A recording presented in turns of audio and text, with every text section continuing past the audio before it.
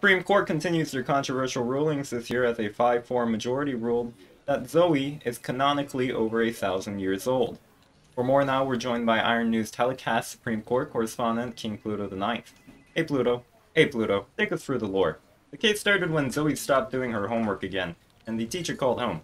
A common occurrence for the Zoe household, usually ending in her being grounded for a few decades. But this time was different.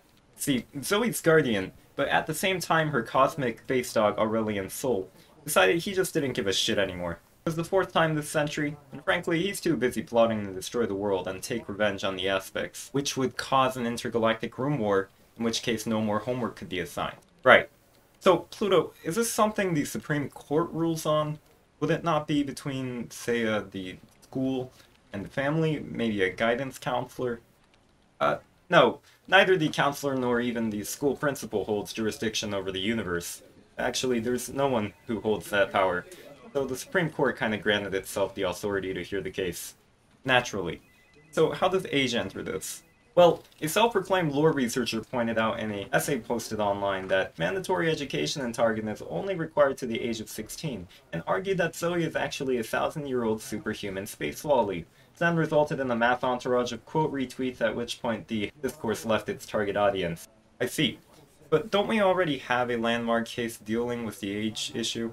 Yes, that would be, of course, the Vandal City versus the Institute of War case, where an entity's age is determined not by the time in Runeterra, but rather the perception of the entity's experience in time.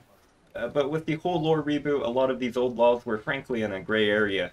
And add to that the newly appointed justices who prescribe to a canonist interpretation of the law, making sure the case is abided under rational basis review, putting it through the penumbra formula, and seeing what the oracles and aristocrats had to say, and the justices had a real pickle on their hands.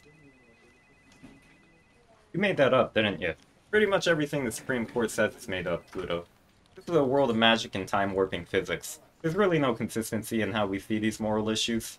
We're not in some alternate universe with no magic, where, say, something like science would make the right decision pretty obvious.